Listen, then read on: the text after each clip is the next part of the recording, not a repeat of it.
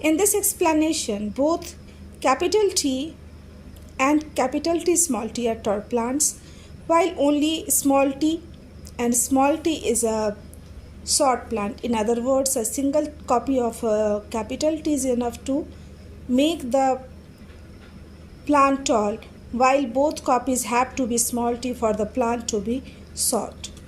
When we talk about the tall plants, here in the F2 generation we get 3 tall plants. In this, one is pure tall and other 2 are hybrid tall. All the 3 plants look similar physically, they all are tall, but when we look to the genotype, one is pure tall and 2 are hybrid talls.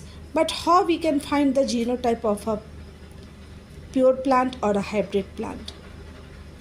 So here what we will do, you will do a test cross in which an unknown tall plant is crossed with a pure dwarf plant, and the offsprings, if the offsprings are all tall, it means that plant is a unknown plant is a pure tall plant. Now if we'll take as unknown tall plant and we will test cross with recessive dwarf plant, if we get 50% tall plant and 50% dwarf plant, it means that the unknown tall plant is a hybrid plant.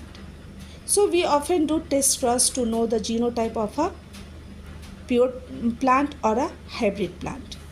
And in this way we can say that F2 generation have a 1:2:1 ratio of capital TT, capital T small t and small t small t. Traits like capital T are called dominant traits, while those that behave like small t are called recessive traits. Here we can say that the genotype capital T represent tallness. Now here the hybrid genotype capital T small t, that also represent tallness.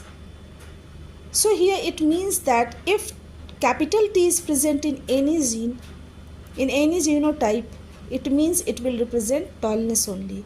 If small t is present also, it will not show its characteristics. Only the dominant factor will be visible to us.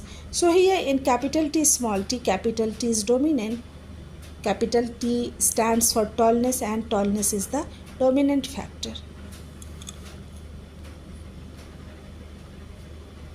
Work out which trait would be considered dominant and which one recessive in figure 9.4. So here tallness is the dominant factor and dwarfness is the recessive.